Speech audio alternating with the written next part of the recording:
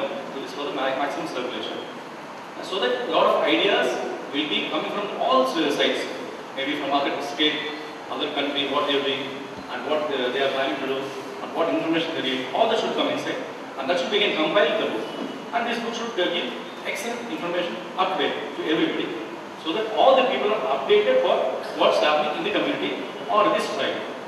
So I request all of you to give excellent cooperation, information whatever required, and help financially also, so that this will be a great success. I wish this magazine be one of the best in the community for the world. Thank you.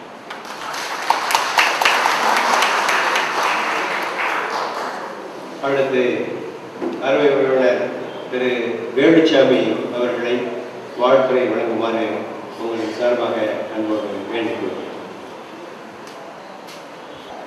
பாசத்திற்குரிய தேவர் அர்ப்பணி மன்றத்துடைய சார்பாக பசும்பொன் குரல் இன்னைக்கு வெளியிடுவதற்காக நம்மளுடைய புரட்சி தளபதி அண்ணன் திருநாவுக்கரசு அவர்கள் வருகை இருந்திருந்தால் அவர் இந்த 22வது இந்த புக்கு வெளியிடு விழாவுக்காக வருவதற்காக இந்தியாவுடைய தலைநகரம் டெல்லிக்கு 2 நாள் 3 நாளைக்கு முன்னதாகவே புறப்பட்டு சனிக்கிழமை இரவு வந்து விடுகிறேன் என்று சொன்னார். காலத்தின் கட்டளை கருதி அந்த போன வேலை முடியாத ஒரு காரணத்தினால எப்படியாவது ஒரு 8:30 மணிக்குள்ளே என்னுடைய வேலை முடிந்துவிட்டால் நிச்சயமாக வந்து விடுகிறேன் என்று சொன்னார்கள். நான் வர முடியாத ஒரு சூழ்நிலை இருந்தால் சமுதாயத்தினுடைய பிரிவுகளை வைத்து நடத்துங்கள், மீண்டும் ஒரு முறை விழா கொண்டாடும் போது நான் சிறப்பித்து தருகிறேன் என்று சொல்லி அதனால்தான் அண்ணன் திருநாவுக்கரசு அவர்கள் வர முடியாத ஒரு சூழ்நிலை. பாசத்துக்குரிய அர்ப்பணி மன்றத்தினுடைய தலைவருமம் இந்த கூட்டத்தினுடைய தலைவரும் எந்த ஒரு கூட்டம் நடந்தாலும் அதிகம் என்று மக்களை திரட்டி வருவதில் முக்கியமாக இருந்த நம்ம பாசத்திற்குரிய தம்பி தங்கராஜ் அவர்களே, இந்த நற்பணி மன்றத்தினுடைய பொருளாளர், அவருடைய தகப்பனார் இந்த இயக்கத்திலே முன்னோடியாக இருந்தவர், அவருடைய மகன் முத்துராமலிங்க அவர்களே, அன்புக்குரிய பசும்பொன் முத்துராமலிங்கத்தில் அவருடைய தெய்வத்தினுடைய சீடராக இருந்து அவரோடு இருந்து இந்த சமுதாயத்துக்கு 1957 இருந்து இன்று வரை இந்த மேலே வரை இந்த சமுதாயத்துக்கு தன்னை அர்ப்பணித்துக் கொண்டிருக்கக்கூடிய எங்களை எல்லாம் வழிகாட்டி ஐயா பி.வி. கருச்சாமி அவர்களே, இந்த மனதை பெற்றுக் கொண்டிருக்கக்கூடிய திரைப்பட இயக்குனர் தரன்கோவி அவர்களே, இந்த சமுதாயத்தை முன்னோடியாக இருந்து பசும்பொன்னுடைய அறக்கட்டளையுடைய அறங்காவலரும் தமிழ்நாடு மரபு சங்கத்தினுடைய தலைவருமான என்னுடைய பாசத்திற்குரிய அண்ணன் செல்லச்சாமி அவர்களே, பசும்பொன்னுடைய இலக்கியனுடைய தலைவராகவும் எங்களுக்கெல்லாம் புத்துணர்வூட்டி இளைஞர்களை தட்டி எழுப்பக்கூடிய பாசத்திற்குரிய அண்ணன் கே. செல்வராஜ் அவர்களே, என்னுடைய அருமை சகோதரி, எந்த நிகழ்ச்சியிலையும் ஒரு மகளிர் என்று சொன்னால் நீங்க கலந்து கொண்டு இருக்கிறீங்க. சிவகங்கை சீமையில் வேளாட்சியர் இருந்தது கூட எந்த ஒரு கூட்டத்திலையும் கலந்து கொண்டு அவரையெல்லாம் முன்னிறுத்தி கொண்டிருக்கிற அருமை சுஜலா மகாராஜ் அவர்களே மற்றும் நம்முடைய சமுதாயத்தினுடைய பெரியவர்களே, நமக்கு முன்னாடி இருக்கக்கூடிய தேவையான நம்முடைய உறவினர் பெருமக்களே, உங்கள் அத்தனை பேருக்கும் என்னுடைய நன்றியான வணக்கத்தை காணிக்காட்டிக் கொள்கிறேன். பசும்பொன் முத்துராமலிங்க தெய்வத்திருமகன் தேவரவர்களை இங்கே நடத்துகின்ற கூட்டத்திலே எல்லாம் அவருடைய சிறப்புகளை எல்லாம் சொல்லிக் கொண்டிருக்கிறார்கள். முதலமைச்சராக இருந்த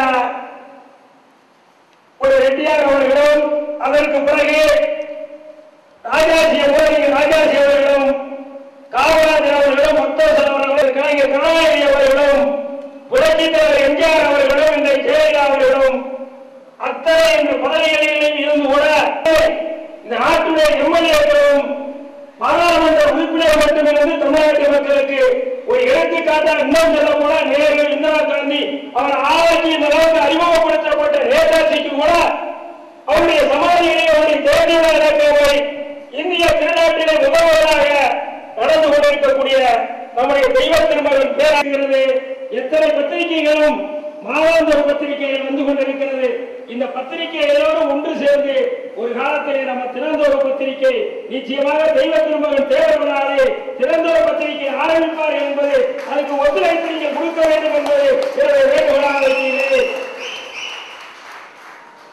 நான் எல்லோரும் இங்கே இருக்கிற எனக்கு வயது சிறுவனாக இருக்கிறார் என்று நினைக்கலாம். எனக்கு 59 வயசு டிசம்பர் மாதம் முடிகிறது 60வது வயதும் தொடக்க நடைகிறது.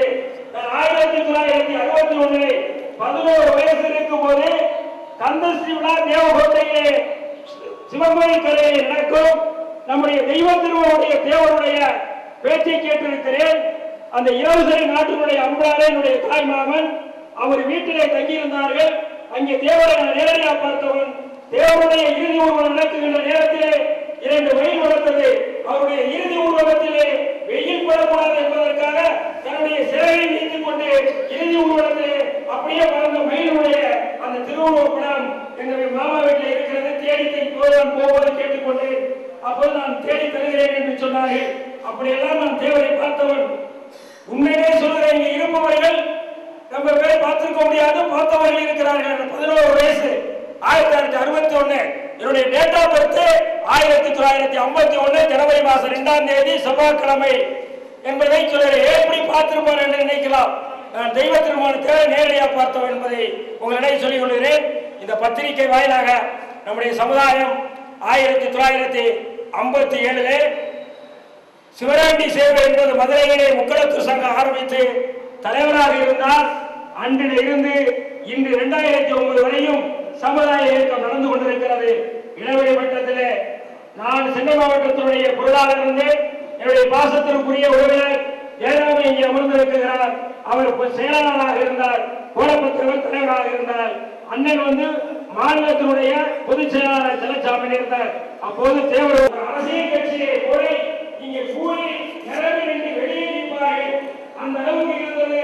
இன்னைக்கு சூழ்நிலையின் காரணம் வளர்ந்து விரிந்து இருந்தக்கூடிய ஒரு பெரிய சமுதாயம் இன்னைக்கு எங்கே தேய்ந்து போயிருக்கிறோம் என்பதை நான் வெட்கத்தோடு சொல்கிறேன்.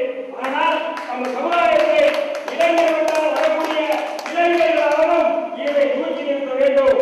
ஏன் என்று சொல்கிறேன் என்றால் நம்ம இனிமே ஒற்றுமையாக இருந்தால்தான் இந்த நாட்டை சாதிக்க முடியும் என்பதை நீங்கள் சிந்தித்து பார்க்க வேண்டும். ஆனால் உண்மை சொல்கிறேன், பசும்பொன் முத்துராமலிங்க தேவர் அவர்கள் தெய்வ திருமகன் அவர்கள் காங்கிரஸ் பேரியக்கத்தில் இருந்தபோது எப்படி இருந்ததோ அதே மாதிரி ஒரு வாய்ப்பு நெருங்கிய காலத்திலே நெருங்கிய நாட்களிலே உருவாக இருக்கிற அந்த காங்கிரஸ் பேரியக்கத்தில் அதை ஒட்டுமொத்தமாக நாம் எந்த கட்சியிலே இருந்தாலும் சரி நாம் ஆதரித்தால்தான் பின்னாடி நம்மளோடு நமக்கு உதவியாக இருக்கிறார்கள் என்பதை அருமை சகோதரி சொன்னார்கள். அரசியல் என்பது ஒரு சாக்கடை என்பது சொன்னார்கள். அது உண்மை. திராவிட முன்னேற்ற கழகத்தில் இருக்கிற இன்றைக்கு எத்தனை அமைச்சர்கள் இருக்கிறார்கள்.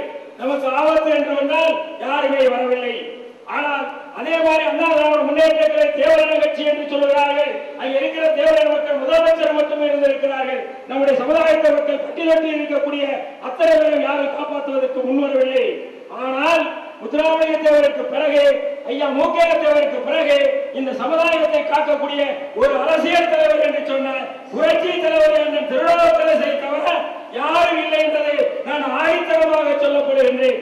ஒன்று சொல்லியிருப்பேன், சட்டமன்றத்திலே ஒரு போன ஆண்டிலே சொந்தவங்களுக்கு சட்டக்கல்லூரியில் நடந்த சம்பவத்துக்கு சட்டக்கல்லூரியில இருந்து நம்ம சம்பவம் இனத்தவர்கள் அடிபட்டு கிடக்கும் போது பசும்பொன் இயக்கவில்லை என்று சொன்னால் அந்த மாணவர்களை காப்பாற்ற முடியாது. ஆனா 300-400 வக்கீல்கள் அங்கே நீதிமன்றத்திலே இருக்கிறார்கள். ஒருத்தர் ஓடவில்லை. அருமை சகோதரர் இன்னைக்கு எனக்கு முன்னால் அமர்ந்திருக்க கொண்டு மகாராசா ஒருவர் மட்டுமே அந்த சமுதாய மக்கள் அந்த சமுதாய மாணவர்களை காப்பாற்றுவதற்கு நள்ளிரவில் இருந்து பகலின் உறக்கம் இல்லாமல் அலைந்து கொண்டதற்கு இந்த சமுதாய இருக்கவரையும் இந்த இளைஞர்கள் அவருக்கு நன்றியாக இருக்க வேண்டும். அவருக்கு எந்த இன்னல் நடந்தாலும் நாம் திரண்டு போக வேண்டும். அரசியல் ரீதியாக இருந்தாலும் சரி, அந்த ஐகோர்ட்டில் சம்பவம் இருந்தாலும் சரி, நாம் நன்றிக்கடனாக இருக்க வேண்டும் என்பது